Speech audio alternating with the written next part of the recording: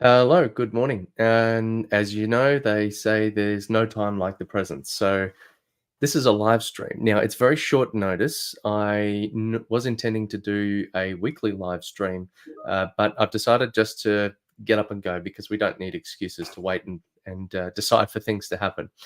So this live stream is designed to be part of the Relevate Community, which is an online group, a digital business accelerator, where we talk about all things sales, marketing, technology. We have a networking group. We bring a lot of people in to discuss business challenges, Q&A, that sort of thing.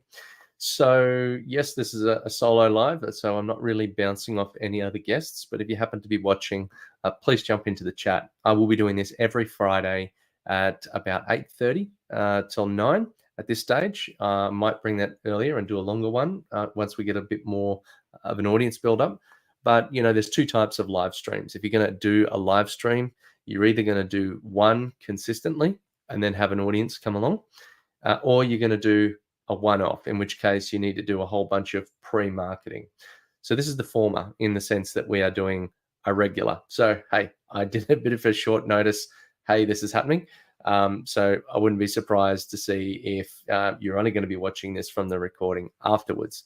But at least, we've got a journey of 1,000 steps starts with just one step. So here we are today. All right, so I did mention that we've got the Relevate Community, which is a online community for sales, marketing, and technology. And some of the things that we do on a regular basis, we have a weekly meeting. We talk through the latest challenge. We sort of talk to each other, get to know who we are. There's a bit of referral and advocacy that happens in the group, but also we discuss unique problems or learning opportunities around technology. For example, how to set up a live stream, how to set up your cameras, how to get your lighting sorted, or last minute things which I didn't really get sorted. Like I said, I'm someone who favors action, so I'd rather get in and just do it rather than waiting for something to be just right.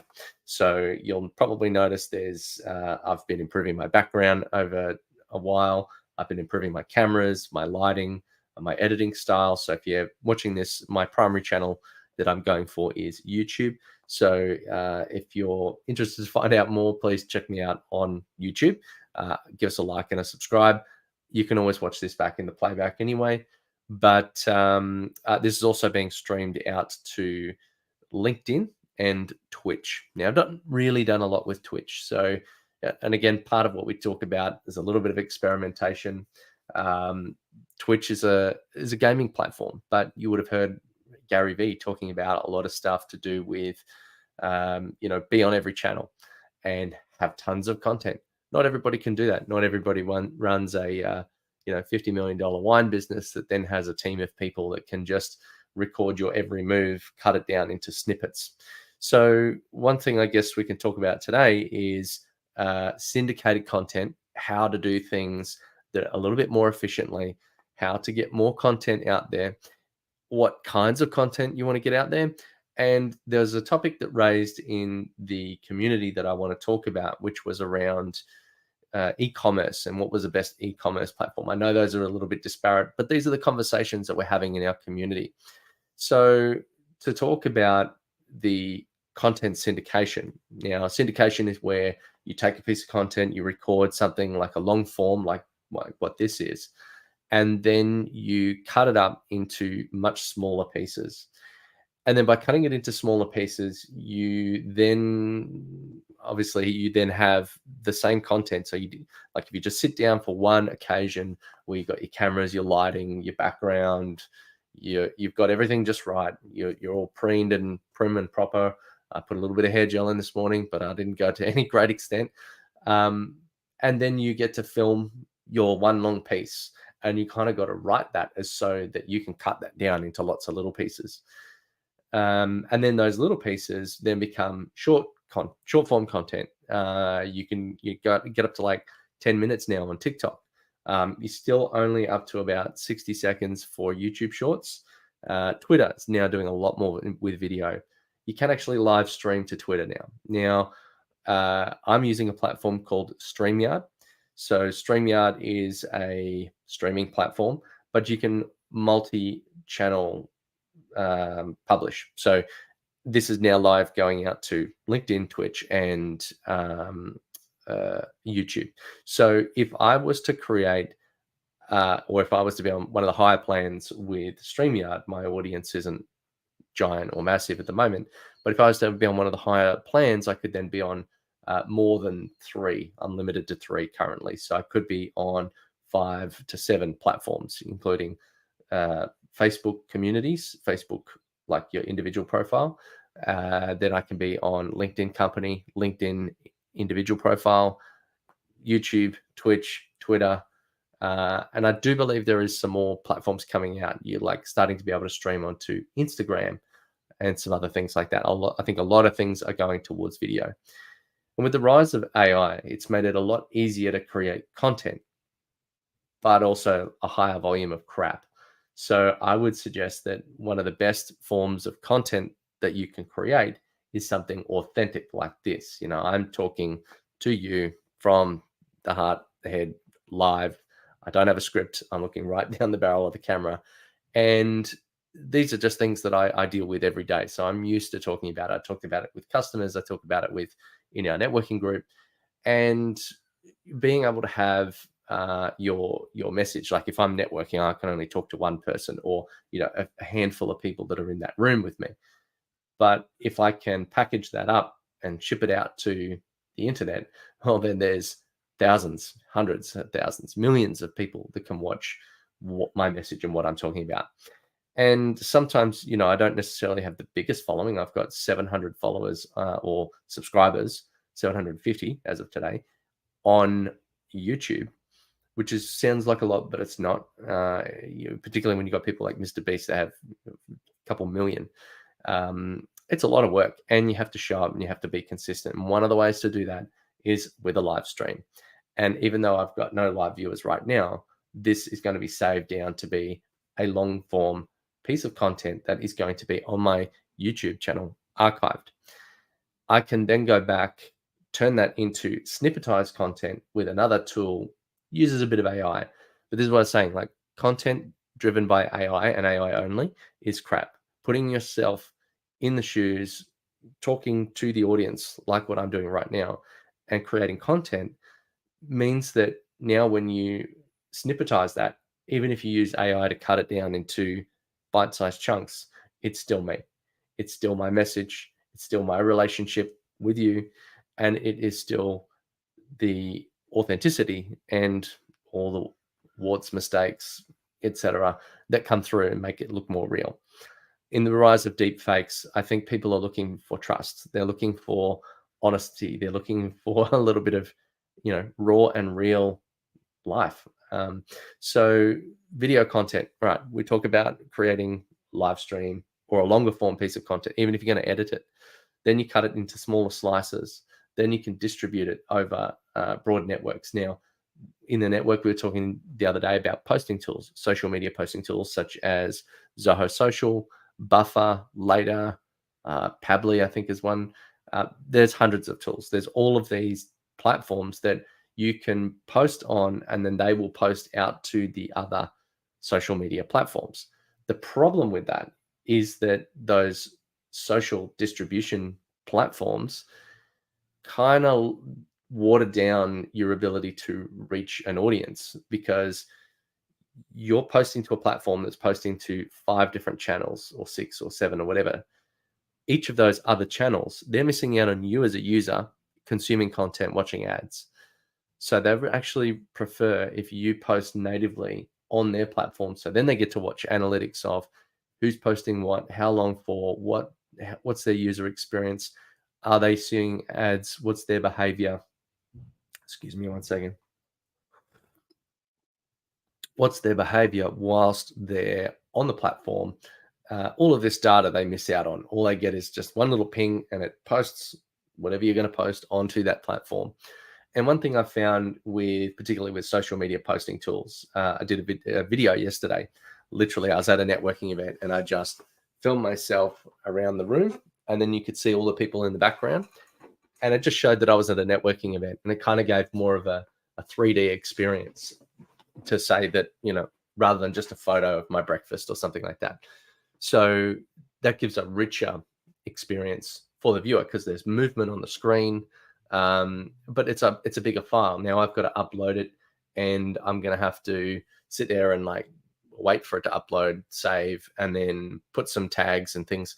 So it's a bit time consuming to put that onto 5-10 different platforms one by one. So if I'm going to put it on TikTok, if I'm going to as a quick video, am I going to put it on YouTube Shorts? So I'm going to put it on Facebook, Instagram, LinkedIn, etc. My platform of choice for that sort of thing is generally LinkedIn. But if I spend that time, that's ages, particularly if I'm trying to be there for the people that are around me whilst networking. So I used a social media posting tool. I used Zoho Social, but it renders the video quality down because I filmed from my phone. I've got a pretty decent camera. It went to a really glitchy kind of format across all of the other channels, and you can see like the pixel streaks across the image. So it wasn't that fantastic. Anyway, long story short, I used a posting tool. Did I get as much reach? No, I didn't. Sometimes I think that, when people post content, they think they're going to get this, like, if you post it, they will come, that people are going to go and watch their content, watch your content. But the algorithm is probably dealing with about there's people uploading 50 videos a day or 100 videos or 300 videos a day in different parts of the world. So their systems to process this video, it has to go through and check, is it safe for work? Does it have any nefarious content in it? Is it does it violate any policies, spam, copyright, all that sort of stuff? And then when it does upload, they need to be able to render it down to the file format and quality that they need to be able to have it sit with the 20 million, 100 million other videos or billions of other videos that are on the server available to be played. So there is a lot of infrastructure in the background. And since we've gone very hard video in like the last 5 years, it is just insane growth in the requirement to store data, to manage it, to surface it at the right time, having the right search results, and you're competing with everybody else who's posting today because the algorithm wants to push for the user the thing that they want to see and the thing that they want to see right now. It could be to do with a search history, it could be to do with a number of factors. But if you think about algorithm versus audience, some people say, oh, we need to think more about audience. There's two parts to this. The algorithm wants the user, the end user, the viewer of your content to stay on platform as long as possible, to perhaps share with their friends, to advertise their platform, to consume ads directly. And if your content sends them off platform, they're less likely to push your content. So I would consider making content that people really resonate with and connect with. So, something like I do a lot of software demos and people say, well, that's useful because that helped me, save me money or save me time figuring out how to do it myself. I know I'm constantly watching YouTube videos on how to do X because I'm always working in software tools. And if someone's done a video tutorial, it's much easier to do that than to watch or to read through 8 pages of dry documentation, which is pretty damn boring.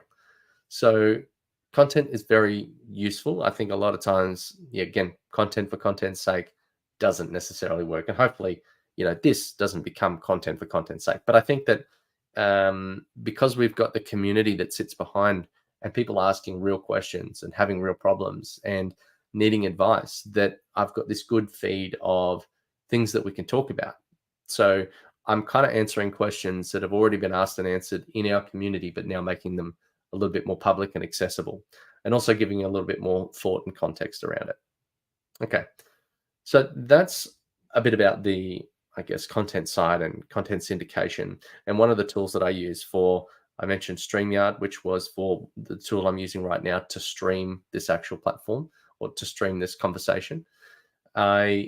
Then later, after it's finished, it'll render down and it'll save and archive all of the videos on all of the platforms that I have it registered to be streaming on Twitch, YouTube, and LinkedIn. But then I can go back into those live streams. I can download the raw file. I can edit that down to something else. So if I thought I talked about something good, I can get rid of ums and ahs. I can get rid of redundant sayings if I've repeated myself in any way, which just happens in normal conversation, particularly in a live. If you're not confident being on a live, I've done a bit of public speaking. I've done numerous presentations. I talk to a large group of people every day in running my business. So I find it very easy to have these conversations. But I think that if you were to have like a piece of content that you thought was quite good, or even just this, like the raw, unedited finish of it, I can grab the URL and I can put it in another tool called Opus Clip. And I can put that in the comments of the YouTube channel, as well as the StreamYard, and I've got an affiliate link for that.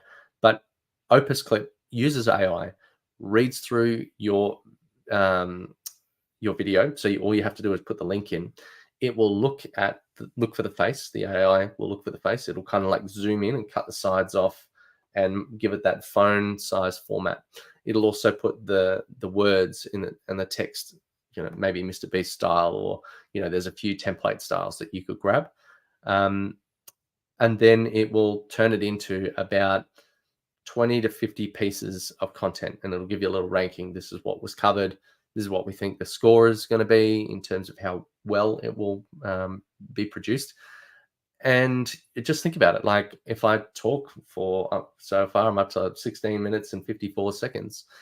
If I've talked that long and I've talked about anything half decent, that maybe the AI can kind of pull out some threads and say, this might be a good short clip on talking about, for example, I was talking about social media posting tools. So that then turns it into a short, and that short can be then uploaded into the multiple platforms. So at the moment, I've figured out how to do bulk uploading to YouTube and to TikTok. Now you can do 10 days in advance on TikTok in terms of your scheduling, but you can do infinite days in advance on YouTube. Now, the problem with the uploading is that when you've got like your downloads folder and you can see all the videos there that you need to upload, you can like click and drag a mass amount over, but you can only drag 10 across to at any one time into TikTok, and you can drag 14 into YouTube. So it just means you've got to drag 14 in, wait for them all to finish uploading, drag another 14, wait for them all to finish uploading. But then, of course, you need to go back in, and whilst the AI will give the title, it won't give anything in terms of description or tags or things like that. So you might have to go back and create those tags and create those descriptions. So it means you then got to watch that 60-second video, type it out. Although you could get a VA or someone to do that. At least the top level content is done. That's me in front of the camera talking, my lighting, my mic, and then cut down into a consumable, usable piece of content.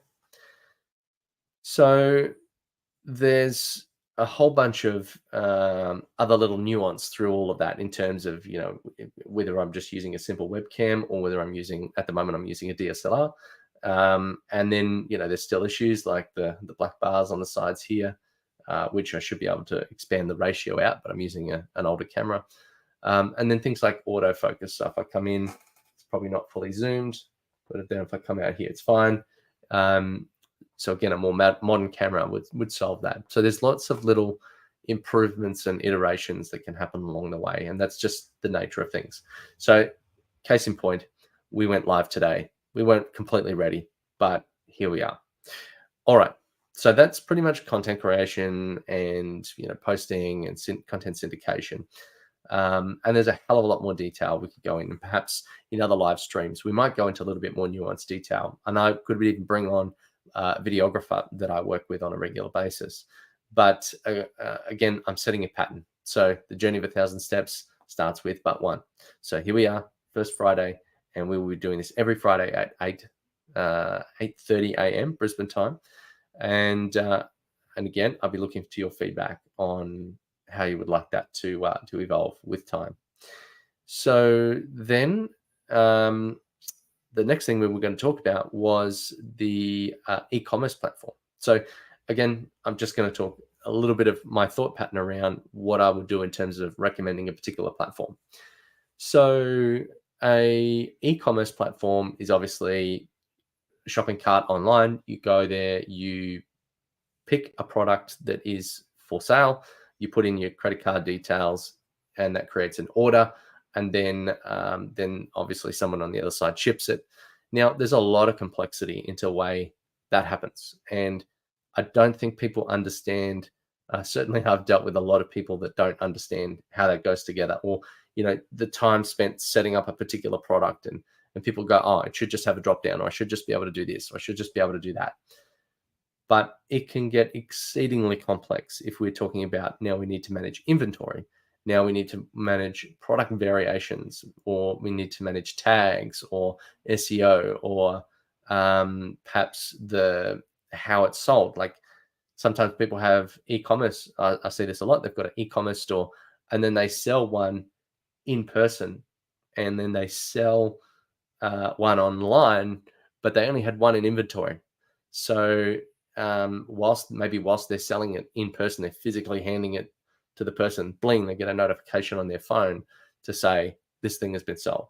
So they've kind of sold the same product twice. Now, legally, that's not that much of a problem, because a order in a cart that's the point of invitation to treat.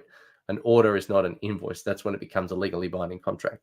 So a sales order, or an order on an e-commerce platform, can be rejected if stock is not available.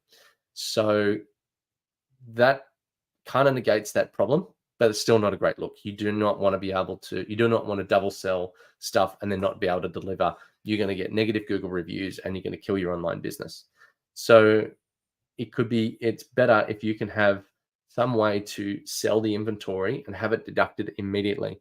So if someone is buying something, and then they're standing in front of you at the shop, and they've got the product in their hands on the counter, whatever, and you punch it into the point of sale system. So when you go to the shops, there's always like a little computer, and they'll punch in, this is what was bought, or they scan it with the barcode. That's a point of sale system. Ideally, that's connected to the same inventory number or warehouse as the e-commerce platform, so that when you sell in person, in bricks and mortar, that it deducts the online inventory. So that person who's about to click buy on that website, no, it's not available. That saves a lot of headaches. Now, I know that doesn't seem that big of a deal, but if you think about, if you sold it in person, even if you think I'm going to go and update the website later, that could be a day later, a week later, or you forget completely. And so you're trying to sell things that you just don't have, particularly if you have to make it custom, or you have to order it in, or the stock takes a long time to come around. So having a centralized inventory can be really, really important. The next thing I want to talk about is usability. Usability is, we've got different e-commerce platforms. You've got like WooCommerce, you've got Shopify, we've got BigCommerce, Magento. There's heaps of them. I've used Equid, which is a Russian or Yugoslavian product. I've used WooCommerce. I've used Shopify. And by far, I would say my favorite is Shopify. It's got a lot cleaner back-end interface, gives you better reports. It's supported, and it's hosted, and you don't have to worry about updates and plugins and things like that. So yes, you do, or you can get plugins, and you can customize it quite a lot. The thing is, it costs a lot more. You've got the recurring subscription license fee, and then you might need a Shopify developer to help with certain things. But if you had a WooCommerce store, generally it's the same. You got lots of plugins. Yes, there's lots of free plugins. Yes, there's lots of your hosting. You don't pay WooCommerce, but you still have to host it. So you're probably going to be paying a hosting company anyway. And then by the time you've done all the plugins, and then you've got to manage all the security updates, then you get locked out, then things break, they stop working, you update something breaks over there. So it's actually a little bit more hassle and manual muck around. And the back end usability, yes, you have all the features and functions. Can you find them? Not easily. Does it look good and like simple? And it's really easy to find where to click? Not really. You need a bit of training to be able to find people. So there are plenty of people that love WooCommerce. I'm not the greatest fan. You can customize it a lot, sure, but then it becomes a liability that you have to manage. Shopify, you can pretty much set it and forget it. Once it's up and running, then you also get the app, so you can, using it like a tablet, you could create a point of sale system, and that can then basically run your dual inventory situation that we were talking about before. So you've got the in-store sales, and then you've got the online sales, and then they deduct from the same inventory. Further up higher plans, you could do more like B2B pricing and all that sort of stuff. It gets a bit more expensive with Shopify Plus, but I think broadly there's a huge marketplace of applications, and there's a lot of value sitting behind Shopify as it is.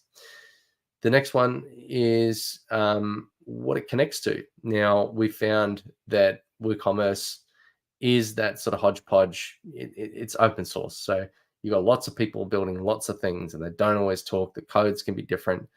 Yes, you've got a lot more flexibility. You can jump in and do whatever you like with it. But that's also a curse. I think with Shopify, it already comes with lots of pre-built integrators, lots of things that are ready to use it. And things like, for example, all the things you do after you get a shopping cart platform. So you might have the shopping platform, but then you need to market it. So you might need a marketing automation tool, or you might need to plug into an ERP, particularly when you get a lot bigger and you're selling a lot of things through the website.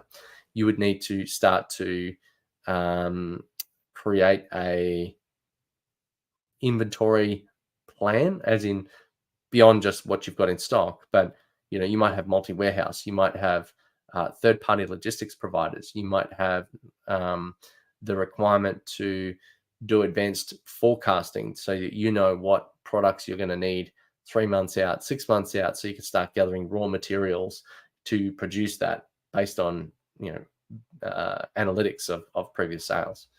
So it's really important to have a tool that will scale and grow and be where your business is going to be in a few years' time.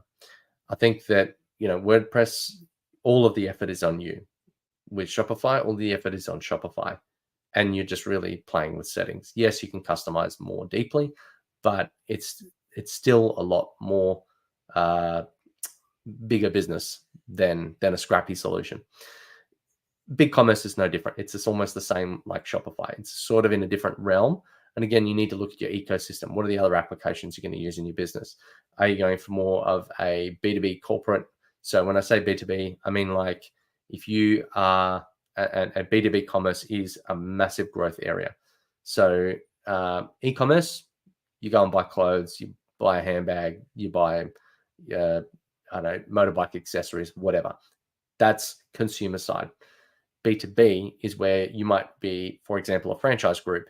The franchisor would then have an e-commerce shop with saved order history and maybe special discounts or promotions, region-based pricing. So you might be more expensive in one region than another. And that could be then multi-company, multi-currency, multi-zonal, whatever. So then the next layer is having those pricing sets and product sets. You might have products that are only available in that segment, but not that segment.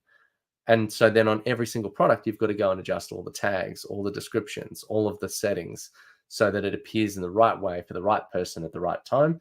And then you might even want to expire them so that, this is a short run product that's only available for 3 months and then it's off, So that's a lot more complicated, all of those backend settings. Doesn't sound like it is, but to build it out in a platform, it can be really convoluted.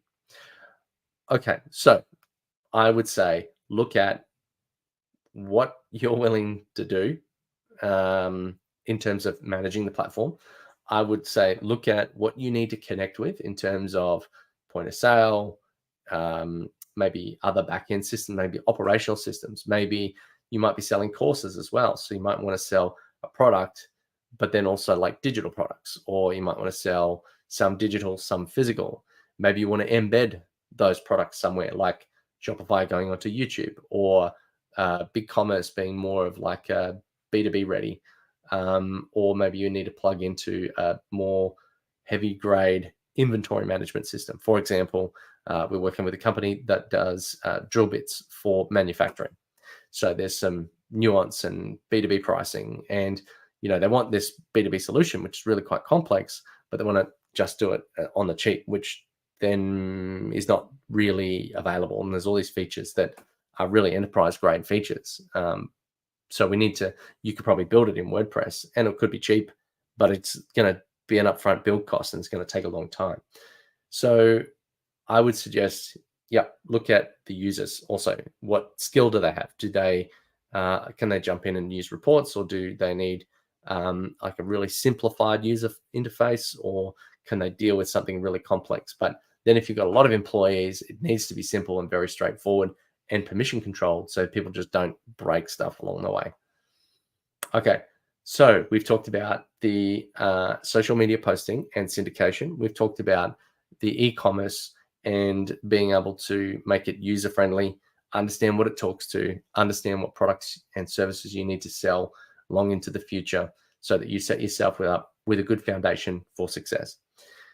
So these live streams are going to happen every Friday, and I'm going to talk about a different topic. If you have a question that you would like answered, feel free to ask in the social channels.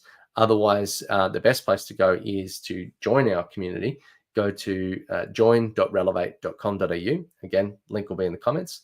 And then if you are already a community member, just tag me in the comments of your post, and we'll go through and try to find an answer. So anytime we don't have an answer, we'll ask the audience. We'll get different perspectives, and then ultimately create a knowledge article, a guide, or a video, or something to educate, explain, and describe the best process moving forward for that particular scenario. If you're watching this on YouTube, please do like, subscribe, and leave a comment. Let us know what you thought. If you're not watching this on YouTube, please go to YouTube and like, subscribe, hit comment, etc. So thank you very much for watching, and I will see you next week at the same time at 8:30. And if you are in different parts of the world, I'd encourage you, please give me feedback on what is an ideal time slot. Does it need to be earlier, later, etc. So appreciate you spending the time and getting this far. Thank you very much for watching, and I'll catch you next week.